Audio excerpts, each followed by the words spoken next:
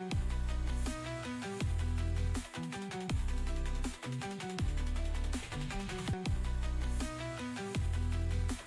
भारत।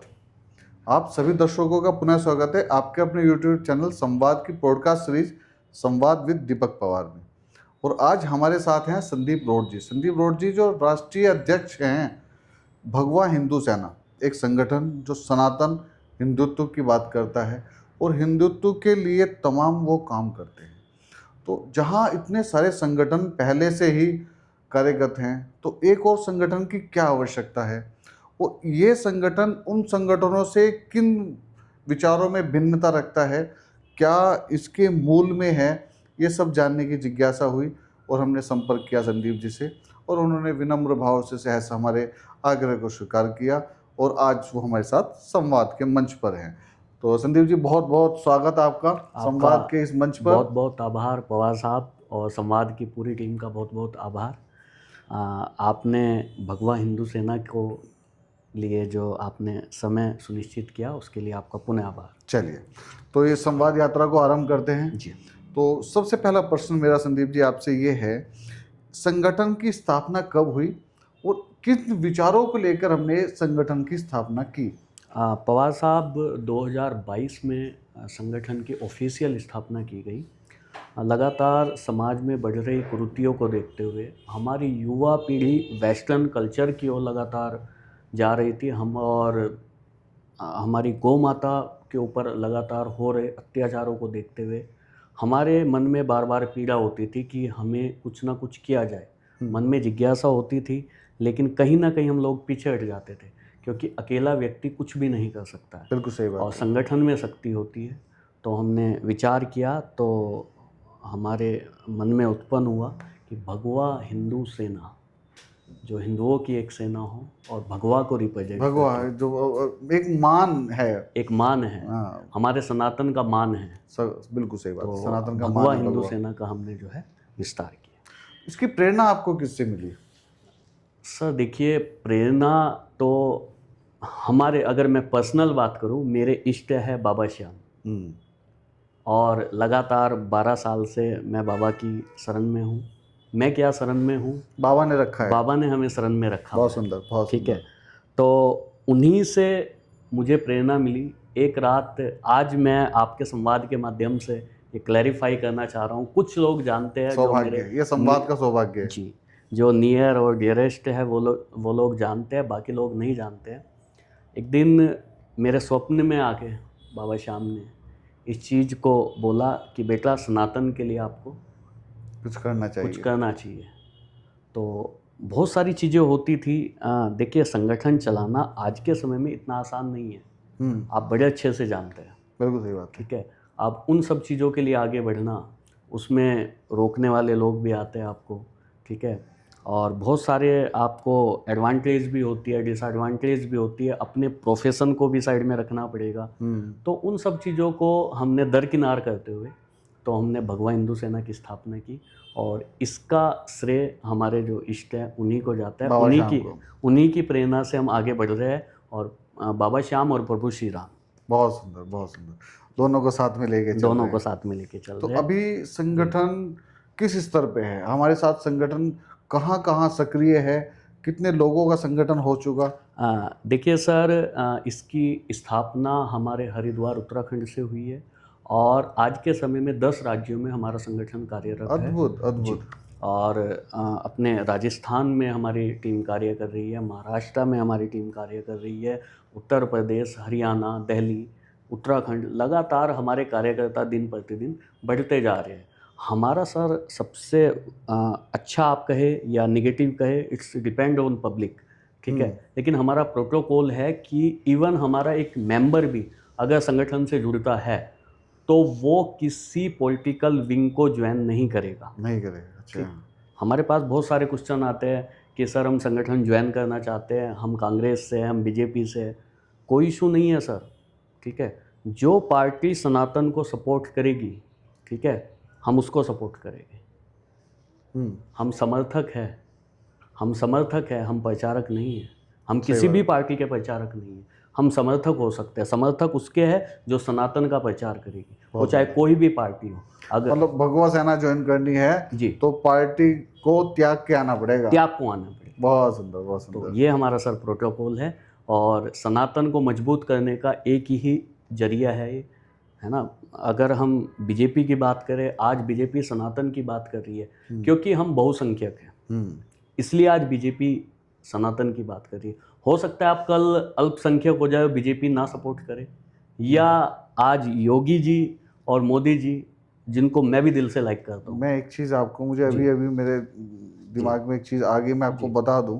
आगामी 27 में जी विधानसभा के चुनाव हैं, उत्तराखंड में। ठीक है जी और उत्तराखंड में लगभग 72 या 73 सीटों पे चुनाव होते हैं, ठीक बात है। अगर मैं थोड़ा इधर उधर हूँ। जी जी और आपको पता है उत्तराखंड जो देवभूमि है, जी जो देवों की नगरी है, जी जो सनातन की धरोहर थी, जी आज 16 या 17 जी या 15 जी इतनी सीटों पे जो अल्पसंख्यक थे जी वो आज उस स्थिति में पहुंच चुके हैं कि वो जो जीत की ओर जा रहे निर्णायक हैं। भूमि में है वो। निर्णायक भूमि में है सर। इसका श्रेय किसको जाएगा? किसी को नहीं जाएगा, इसका श्रेय हम ही जाएगा, क्योंकि हम ही लोग गद्दार हैं। कहीं ना कहीं हम आपस में जो जुड़ाव नहीं रख पाए, जी तो ये जुड़ाव ना होने का फायदा सर, दूसरी छोटे से लालच, हम्म, छोटे से लालच में हम लोग डूब जाते हैं। और देखिए, सबकी अपनी अपनी सोच होती है। अगर आप अपने राष्ट्र को ध्यान में रख के चलेंगे तो कभी आप बिकाऊ नहीं बनेंगे। सही बात है। ठीक है, आपका धर्म मजबूत है तो आपका राष्ट्र मजबूत है। आपका धर्म मजबूत नहीं है, राष्ट्र मजबूत नहीं होगा। हम अभी भी कह रहे हैं, पहले भी कहा है, राष्ट्र हमारे लिए सर्वोपरि है। देखिए, राष्ट्र और धर्म की जब हम बात करते हैं तो वाकई हम जो लोग आज सनातन के प्रहरी बन के बैठे हैं, जी आप जैसे लोग जो सनातन की रक्षा कर रहे हो, जी ये वो लोग हैं जिन्होंने उस समय गर्दनें नहीं झुकाई, ठीक, जिन्होंने उस समय राष्ट्र और धर्म दोनों के पक्ष में रहे। जी और जो उधर चले गए वो तो आपको पता ही है। जिन्होंने तलवारों के डर से सलवार नहीं पहनी है, हाँ, बहुत सुंदर, बहुत सुंदर। वो लोग हम उनकी श्रेणी में आते हैं। बिल्कुल सही बात और है। जिन्होंने तलवार के डर से सलवार पहन ली है और वो तो वो कन्वर्टेड है, लेकिन हम तो उनका भी स्वागत करते हैं। आप सनातनी हो भाई, आप आइए, स्वागत है आपका, आप अपनी घर वापसी कीजिए। पर वो लोगों का ब्रेन वॉश इतना ज़्यादा हो चुका है कि घर वापसी छोड़ो, मतलब विधर्मिता उनके रग रग में दौड़ रही है। सर, उसका रीज़न, उसका बहुत बड़ा रीज़न है। उनका 5 साल का बच्चा मस्जिद में जाना शुरू हो जाता है। धर्म के प्रति उनकी जो शिक्षा दी जाती है वो 5 साल के बच्चे से दी जाती है। इवन उनके घर से धर्म की शिक्षा दी जानी शुरू हो जाती है। और हमारे यहाँ का अगर 20 साल का युवा किसी हिंदू संगठन में कार्य करता है तो उसको बहुत निगेटिव मैं वे यही में देखा क्वेश्चन जाता करने वाला था। जी स्थिति ये है कि हमारा पढ़ा लिखा वर्ग, जी हमारा पढ़ा लिखा वर्ग, जी अगर कोई बच्चा भगवा सेना या किसी भी अन्य हिंदू संगठन से जुड़ता है जी तो हम लोग सबसे पहले उसको अलग दृष्टि भगवा से देखते गुंडे हैं। का नाम हम देते हैं। हम देते हैं, सत्यता है सर ये।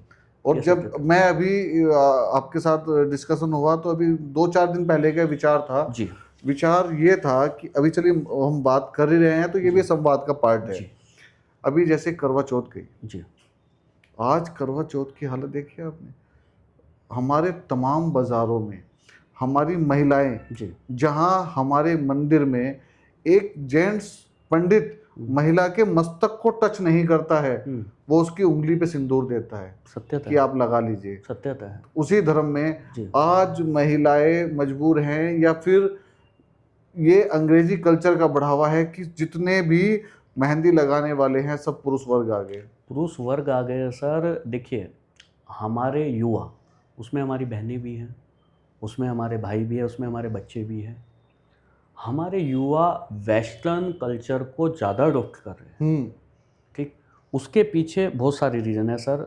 हम लोगों को धर्म का ज्ञान नहीं है, या हम धर्म का ज्ञान लेना नहीं चाहते।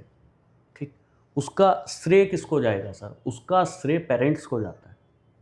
हम अपने बच्चों को, हम ये तो कहेंगे कि दीपक साहब, पवार साहब, आप अपने बच्चों को गुरुकुल में डालिए, ठीक है, लेकिन मैं इंग्लिश मीडियम में, हाँ मेरे तो उसमें इंग्लिश मेरे बच्चे नहीं जाएंगे वहाँ पे। आप प्राइमरी में पढ़ाइए, लेकिन मेरे बच्चे प्राइमरी में नहीं पढ़ेंगे।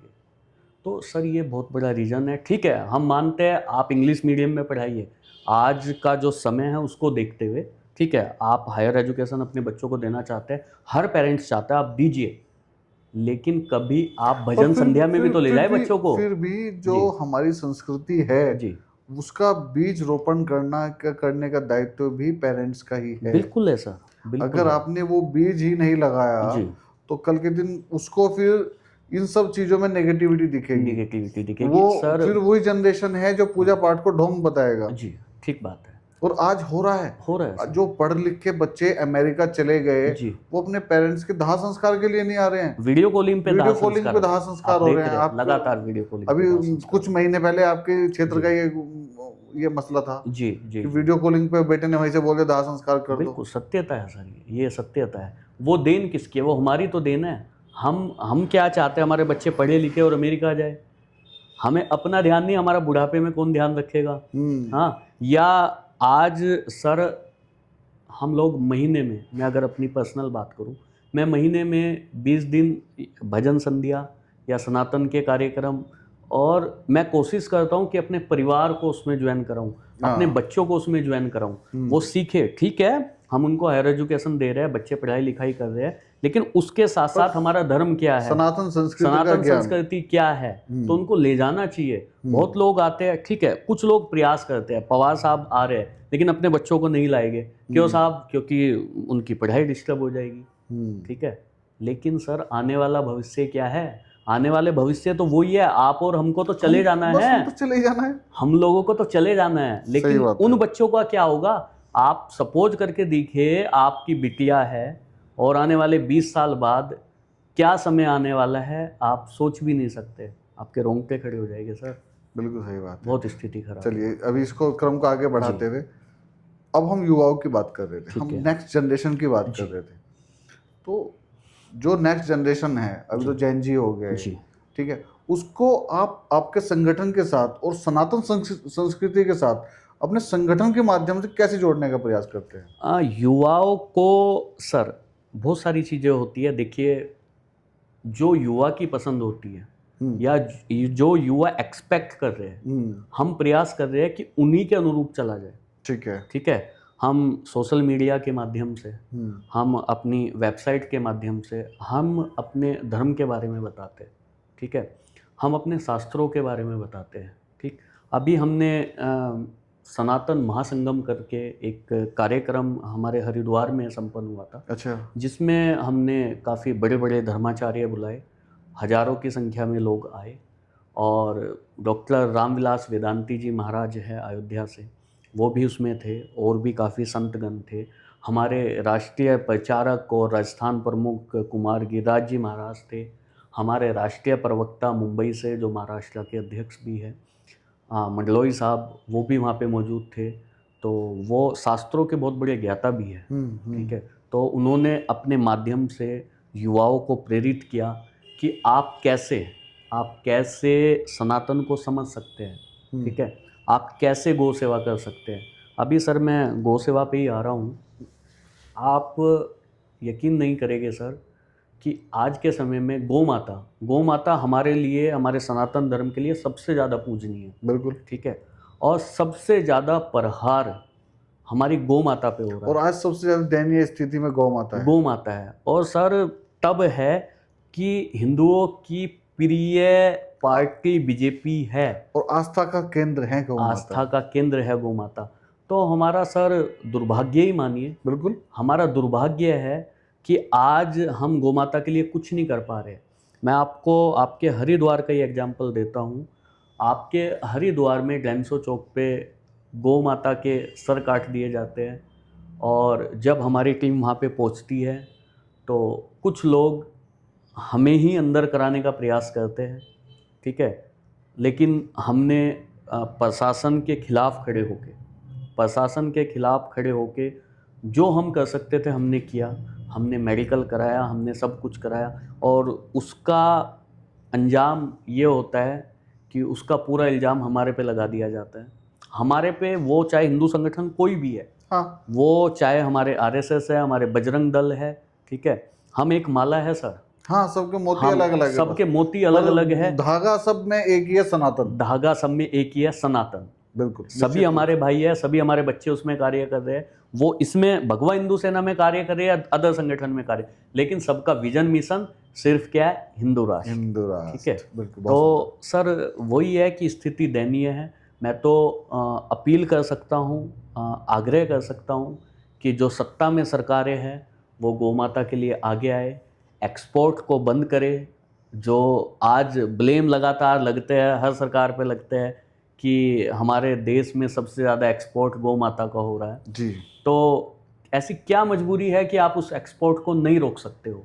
क्यों नहीं रोक सकते हो? आज भगवा हिंदू सेना सभी जो सत्ताधारी पार्टी है उनसे विनम्र निवेदन करती है कि आप गौ माता का एक्सपोर्ट रोकिए, गौ हत्या रोकिए और ऐसा कानून बनाए कि गौ माता के सर काटने वालों की आने वाली पुश्तें भी याद करें कि गौ माता की हत्या कैसे की जाती है।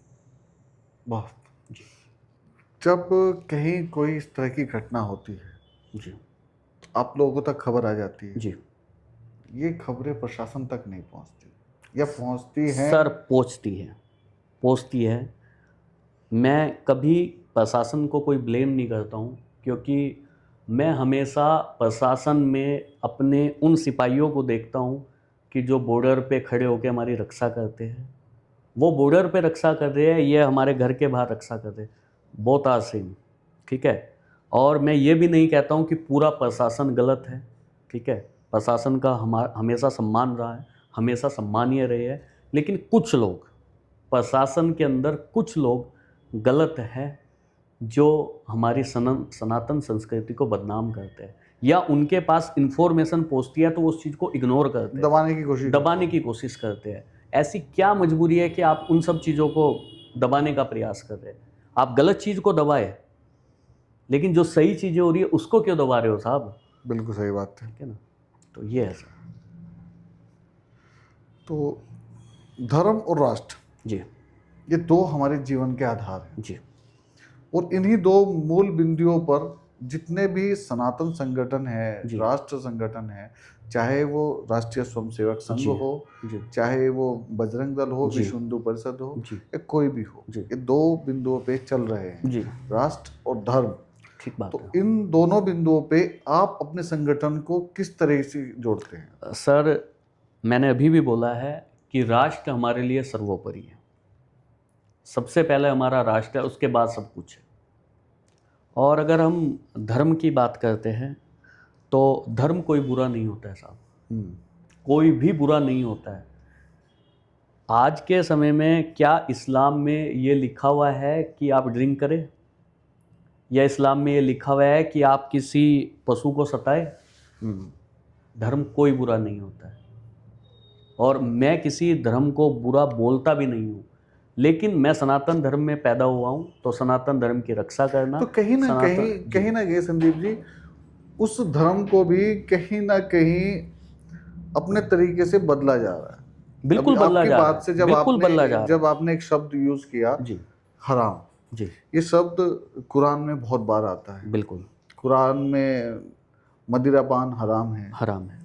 तो इसी से मुझे एक चीज़ याद आई, परसों का ही वाक्य है, ज़्यादा पुराना नहीं है। जी ऋषिकेश मंडी का वाक्य है, जी। अगर आपके नॉलेज में आया हो तो। बिल्कुल बिल्कुल। मंडी का एक वाक्य है, एक 20-22 साल का लड़का है, नाम है शोएब, जो 2-3 लड़कियों को, हाँ, और नाम हाँ जी। उसने इंस्टाग्राम पे रखा शुभ। जी देखिए है सर, मैंने वो शुभ नाम रखा और अपना कान भी बिंदवाया और उसमें डाली बाली, जी जबकि इस्लामिक वो पूरी तरह से हराम है। जी बिल्कुल।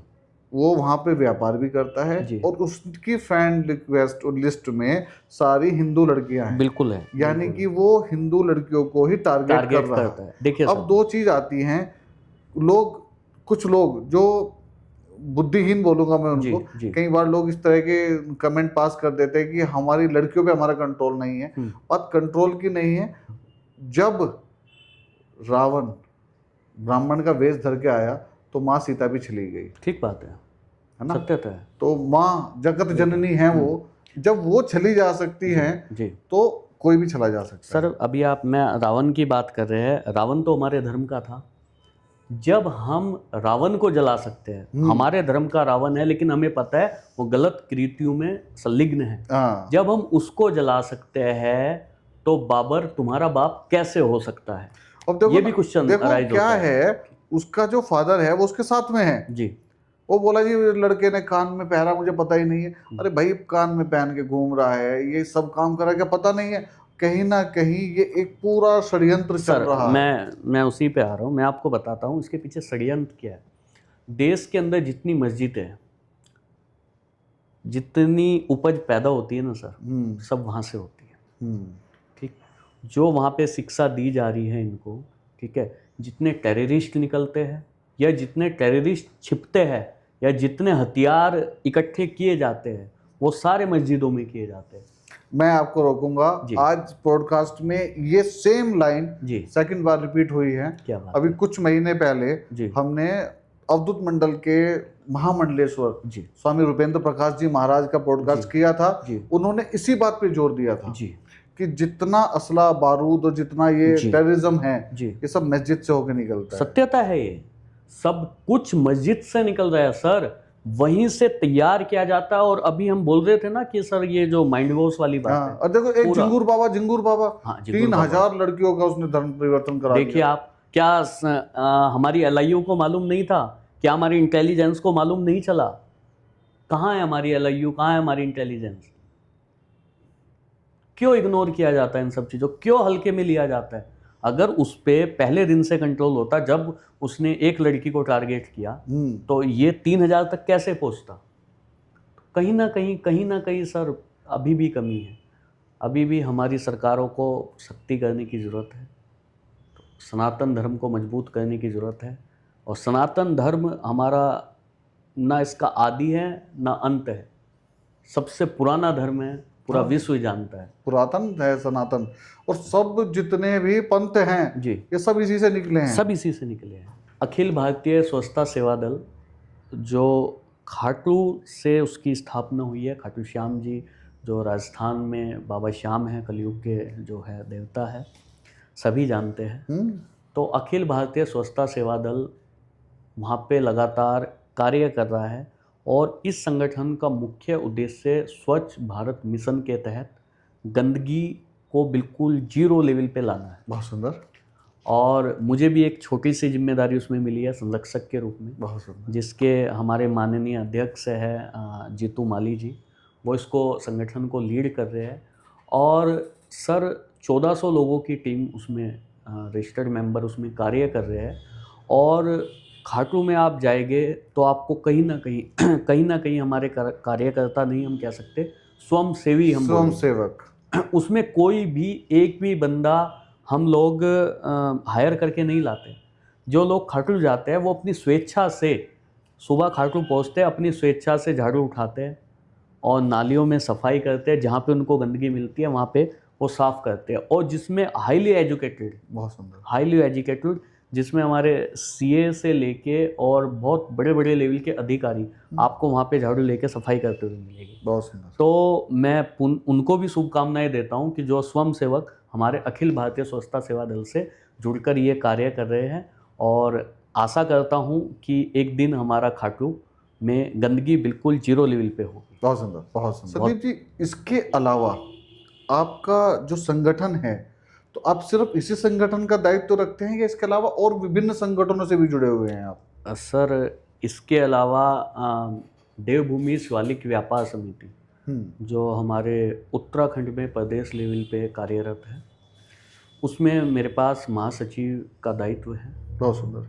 और हमारा प्रयास हमेशा से यही रहता है कि सनातन का प्रचार प्रसार किया जाए। तो देवभूमि शिवालिक नगर व्यापार समिति, शिवालिक व्यापार समिति, शिवालिक व्यापार समिति, तो व्यापार समिति आई तो निश्चित रूप से व्यापारी वर्ग उसमें जुड़ा हुआ है। तो आप और व्यापारी वर्ग जी, उन दोनों को आप कैसे समरसता का बैलेंस बनाते हैं इसमें? सनातन और व्यापार बोला आपने, सनातन और व्यापार की अभी हमने एक छोटी सी मुहिम चलाई हुई है कि हर मंगलवार को जितने हमारे व्यापारी भाई हैं, सपोज कीजिए आज किसी के प्रतिष्ठान पे मंगलवार का हमने हनुमान चालीसा का पाठ रखा है। बहुत सुंदर। उससे अगले मंगलवार को दूसरे वाले के प्रतिष्ठान पे हमने हनुमान चालीसा का पाठ रखा है। उससे क्या है कि एक तो जो हमारा व्यापारी वर्ग है उसमें आपस में हमारा मिलना जुलना होता है, हमारे सनातन के बारे में चर्चा होती है, और तीसरा यह है कि हमारे सनातन का प्रचार प्रसार होता है। तो हम व्यापारियों को भी सनातन से जोड़ने का प्रयास कर रहे हैं कि वो समय नहीं निकाल पाते, लेकिन एटलीस्ट एक मंगलवार तो शाम को वो 1 घंटे नहीं तो आधे घंटे का समय निकाल के उस मंगलवार के हनुमान चालीसा पाठ में पहुँचे। जी। बहुत सुंदर। सनातन की बात हो गई, अब व्यापारियों की बात आई है। आपने बोला व्यापारियों को आप जोड़ते हैं जी हनुमान चालीसा के माध्यम से। जी। बहुत सुंदर। मेरा प्रश्न ये है, आज के समय में अब जब ये इस टॉपिक से अलग हटके हम थोड़ा सा बात करेंगे। जी। जब व्यापारी की बात आई है तो जी। व्यापारी का एक दर्द है। जी। आज के समय में मोस्ट ऑफ थिंग्स लोग ऑनलाइन ऑर्डर कर रहे हैं। जी। आज खट से ऑर्डर करो, ब्लैंकेट से, ये सामान 10 मिनट में, 15 मिनट में। आज हम इतने ज़्यादा आलसी हो गए कि हम डोर स्टेप मतलब अपनी गली की दुकान तक नहीं जाना चाहते ठीक बात है। और फटाफट ऑर्डर करते हैं। जी। उनके बहुत सारे दुष्प्रभाव भी देखने को मिल रहे हैं। बिल्कुल मिलते हैं सर। और आपकी नॉलेज में हो तो अभी 2-4 दिन पहले का जी। एक प्रभाव वो आप ही बताएंगे तो ज़्यादा अच्छा है। जी।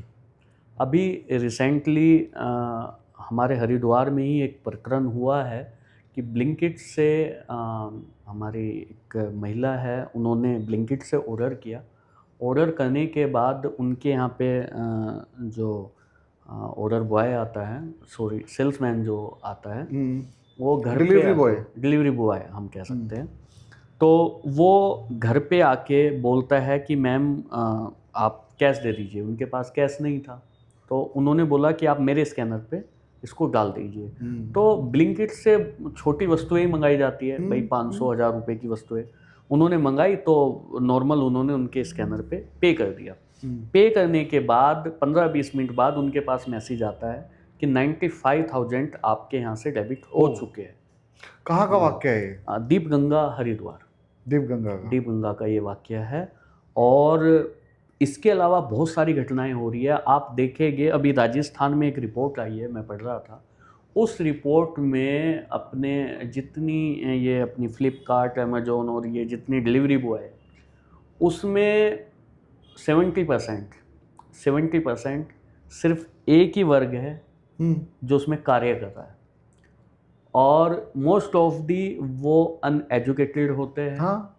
या उनका कोई बैकग्राउंड जो है आप कह सकते हैं कि आपराधिक बैकग्राउंड उनका रहा है, या किसी आपराधिक गतिविधियों में वो शामिल है।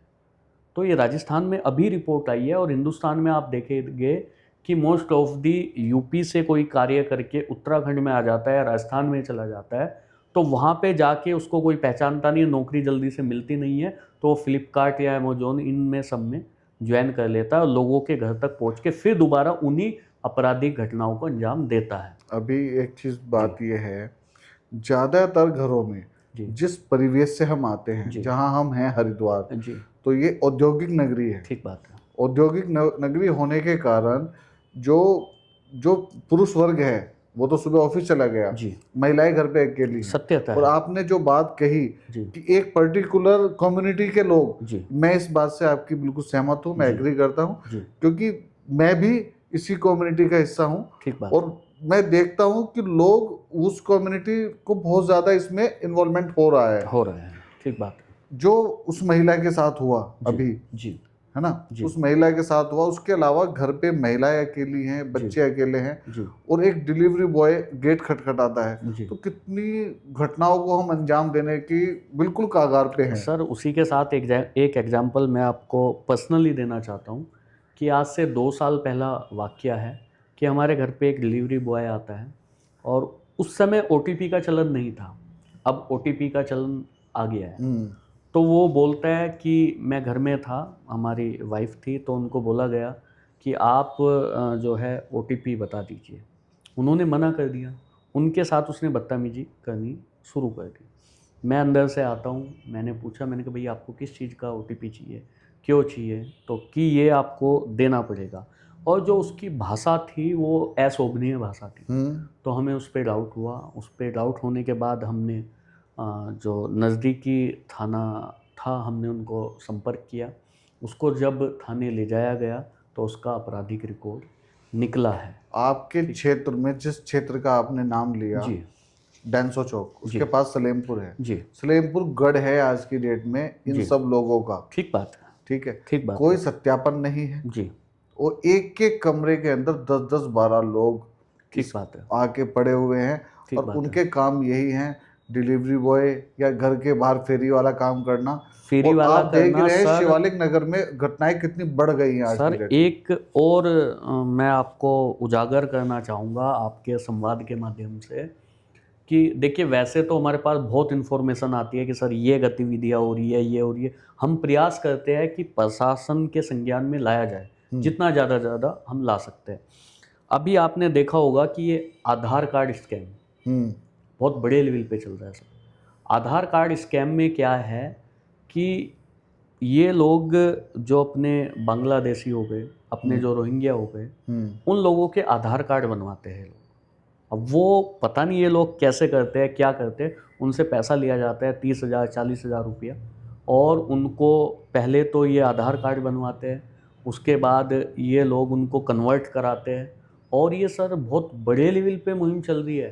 हरिद्वार में, हमारे हरिद्वार में नहीं सर, पूरे उत्तराखंड में, उत्तराखंड, उत्तर प्रदेश, राजस्थान, बहुत जगह चल रही है।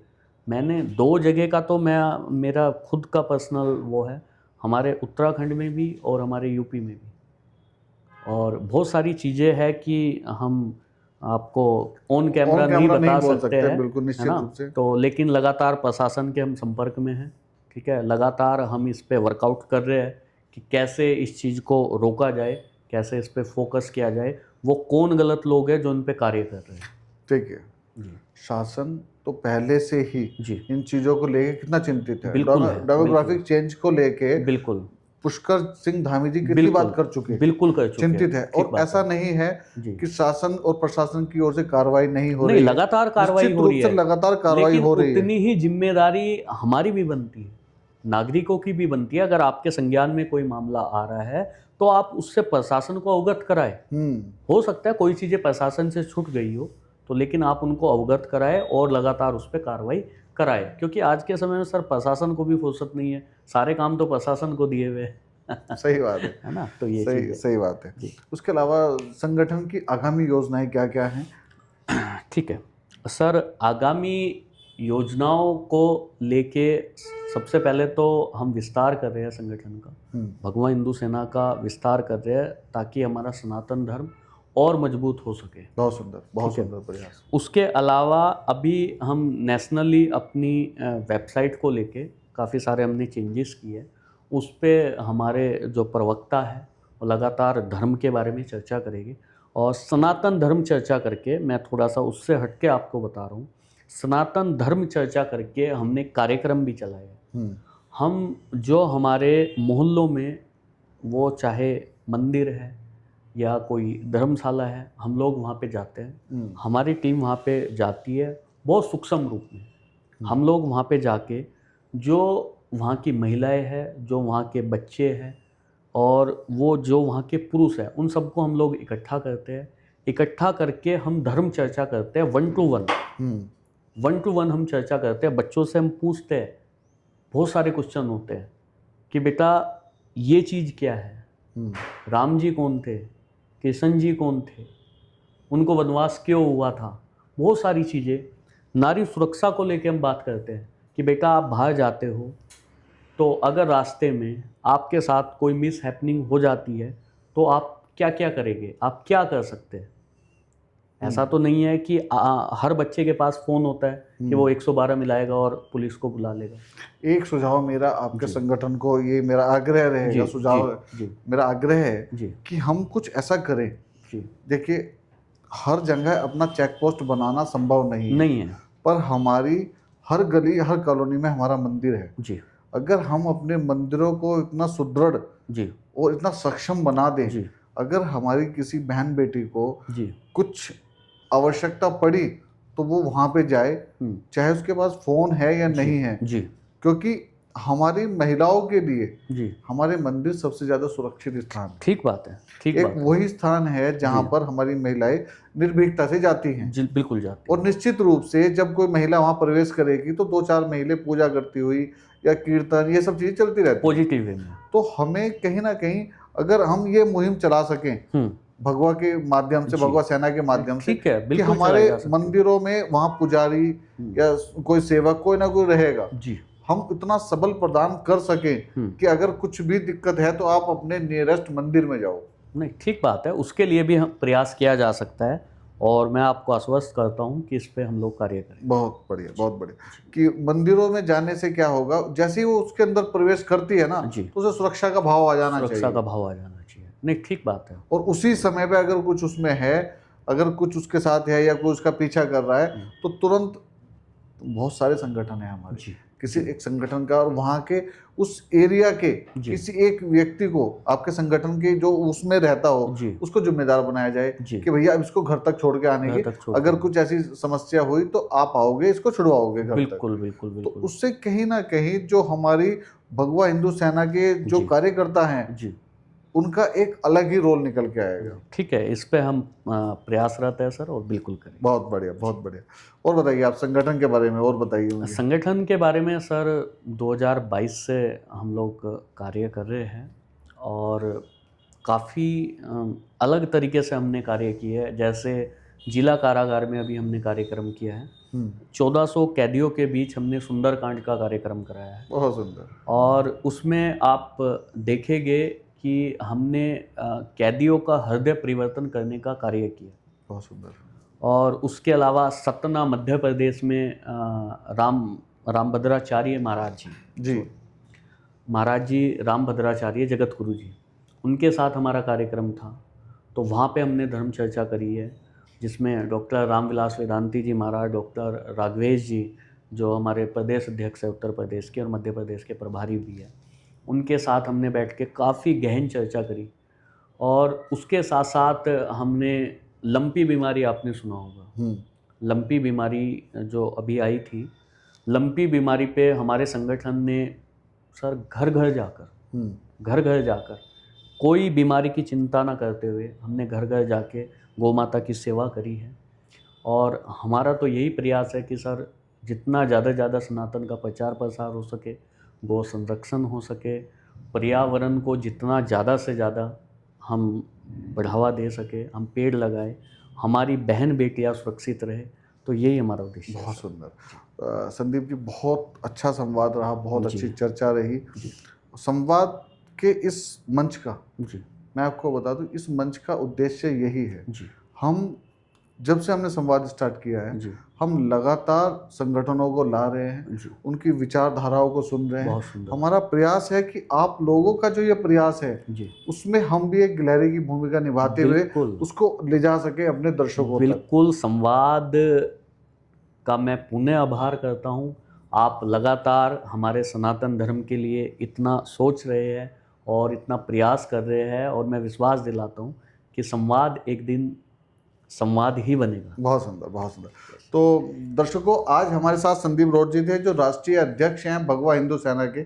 और पूरे पॉडकास्ट में आपने हिंदू धर्म के ऊपर और संस्था के ऊपर, संस्था किस रूप से कार्य करती है, क्या क्या कार्य करती है, क्या इनकी विचारधारा है, युवाओं के साथ इनका जुड़ाव कैसे है, उस पर हमने बहुत सारी चर्चा की। और ये सार्थक चर्चा रही, सार्थक संवाद रहा। तो जैसा मैं हमेशा बोलता हूँ कि आप जुड़े रहिए पॉजिटिव विचारों से और अपने बच्चों को जोड़ के रखिए संस्कारों से। हमारे आसपास बहुत कुछ अच्छा हो रहा है और हम हमेशा प्रयास करते हैं उसे आप तक लाने का, ताकि संवाद जारी रहे। तो इसी क्रम में आज आपसे विदा लेते हैं और मिलते हैं अगले संवाद में किसी एक और नए अतिथि के साथ। तब तक के लिए नमस्ते भारत।